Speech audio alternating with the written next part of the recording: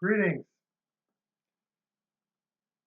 We have a constitutional crisis, as stated and declared and repeated and repeated and repeated by the mainstream media. What they mean, well, you can decide what they mean, but what they're referring to is that the President of the United States is operating as President of the United States. And they're claiming it's a constitutional crisis. Occurred to me, been a while, that many of those who say that probably have never read the Constitution. Thought it would be worth, let's just listen to a few things. We, the people of the United States, in order to form a more perfect union, establish justice and ensure domestic tranquility, provide for the common defense, promote the general welfare, and secure the blessings of liberty to ourselves and our posterity, do order and establish this Constitution of the United States of America. Article 1, Section 1. All legislative powers herein granted shall be vested in a Congress of the United States, which shall consist of a Senate and House of Representatives. Section 2. The House of Representatives shall be composed of members chosen every second year by the people of the several states, and the electors in each state shall have the qualifications requisite for electors of the most numerous branch of the state legislature. No person shall be a representative who shall not have attained to the age of 25 years and had been a citizen 7 years a citizen of the United States, and who shall not, when elected, be an inhabitant of that state in which he shall be chosen. They spoke in such wonderfully full language. 21st century, we speak in phrases. We speak in fragments, incomplete thoughts, sentences, which reflects incomplete thoughts so many times. What that basically just said is that representatives, members, the representatives in the House of Representatives, the elected legislators, must be at least 25. They have to have been a citizen of the United States for 7 years. And they have to live in the state that they're representing. Section 3, there's more to that. Section 3, the Senate of the United States shall be composed of 2 senators from each state, chosen by the legislature thereof. That was later amended. We now have direct election of senators. But they were chosen, they're served for 6 years, and each senator shall have 1 vote. So the House of Representatives is essentially representation by population, and the Senate is representation by geographical unit, the state. The representation is consistent. The duties therein are listed. Section 2, Section 3, Section 4, Section 5. We shall go through them later. But Section 8, the Congress, both the House and the Senate, because they each do their own work, then they have to concur. The Congress shall have power to lay and collect taxes, duties, imposts, and excises, to pay the debts and provide for the common defense and general welfare of the United States.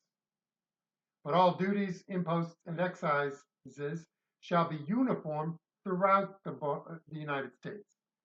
The Congress shall have the power to borrow money on the credit of the United States, to regulate commerce with foreign nations and among the several states and with the Indian tribes, to establish a uniform rule of naturalization and uniform laws on the subject of bankruptcies throughout the United States, to coin money, regulate the value thereof, and of foreign coin, and fix the standard of weights and measures, etc., etc., etc., etc., etc., etc. Congress has a lot of duties. They don't carry out any of these things. They have the duty, the authority, the responsibility for establishing them.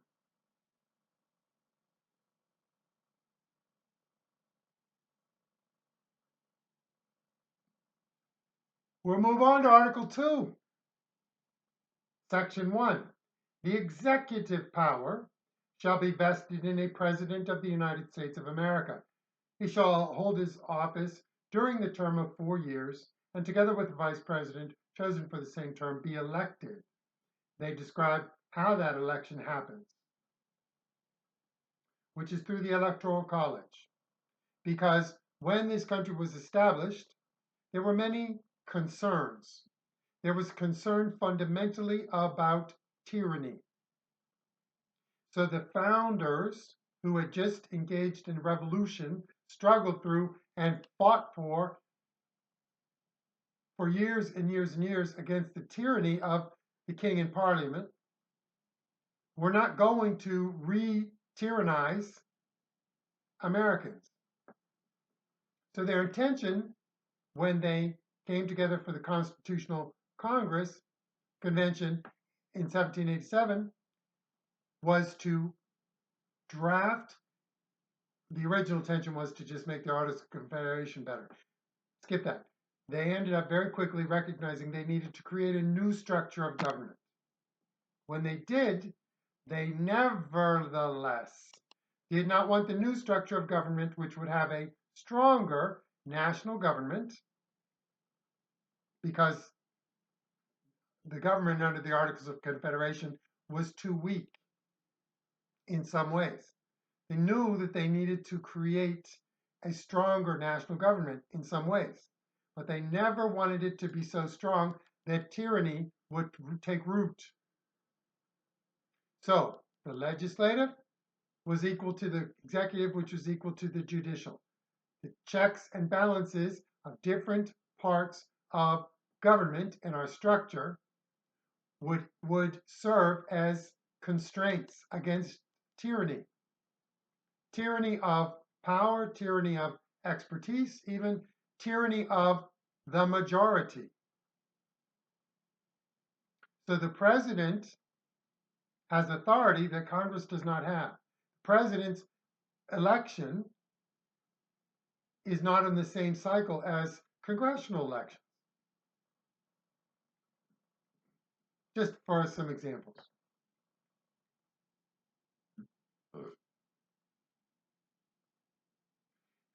Section 2, the president shall be commander-in-chief of the Army and Navy of the United States and of the militia of the several states when called into the actual service of the United States.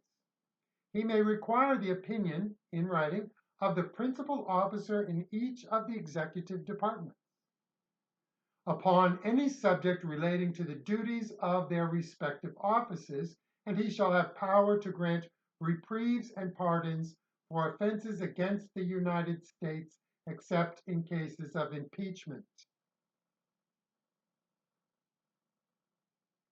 Without going further into that, does raise some initial questions about the pardons President Biden gave to his son, to Dr. Fauci, to the members of the January 6th committee, but particularly his son and Dr. Fauci, that were retrospective back to 2014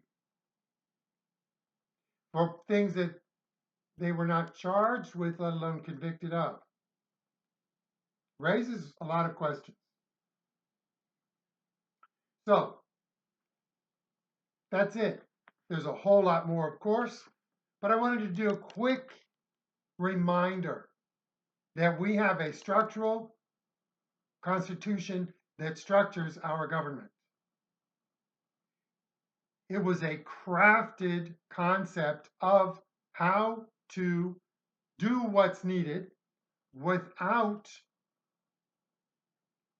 allowing for the inevitable centralization of power, the inevitable centralization of power and control, without having tyranny come in.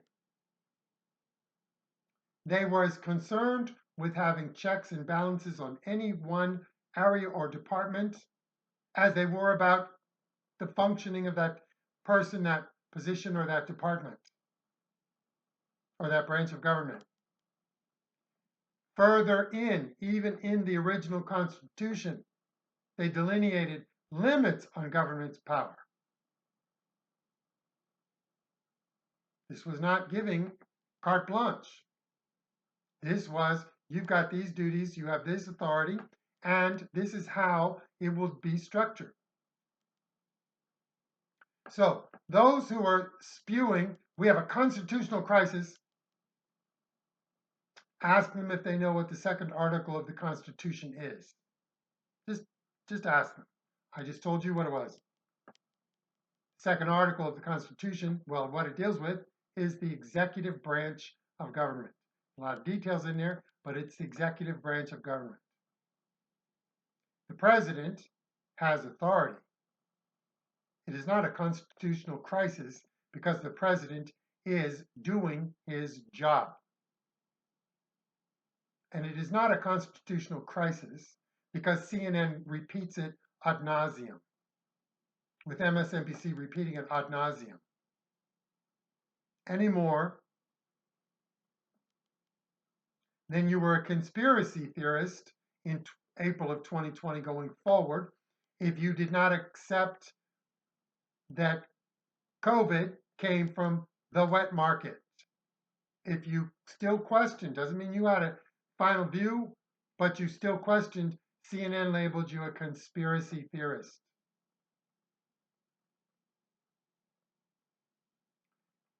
That's it for right now. We must educate ourselves on the structure of our government so that those who have mouthpieces and microphones and come across who repeat these things, you can say, where do you get that? Where does that come from? What's your proof? What's your support? Wait a minute. You're saying constitutional crisis. What constitution? Under what framing? You seem to be jumping to crisis because the president wants to look into governmental spending, deliverance of or carrying out of duties, failure to carry out duties. That's a constitutional crisis. Not in 1789. In 2025, it can cosplay as a constitutional crisis, but that is not a constitutional crisis. Son of Liberty, 2020. Liberty. We have our liberty, we will fight for it. amliberty2020@gmail.com. Send me an email if you want to talk further. Make comments below. Pass this along. I know it's not particularly good or particularly interesting. It's more conversation.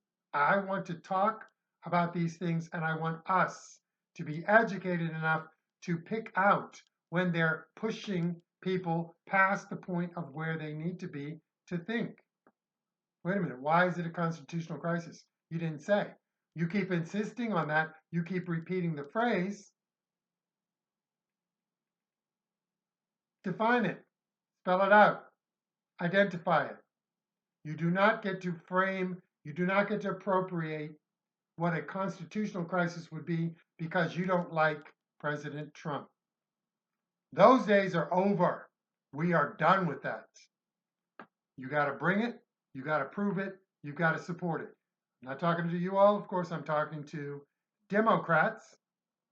And I'm talking to CNN, MSNBC, and all of the mainstream media. See you next time.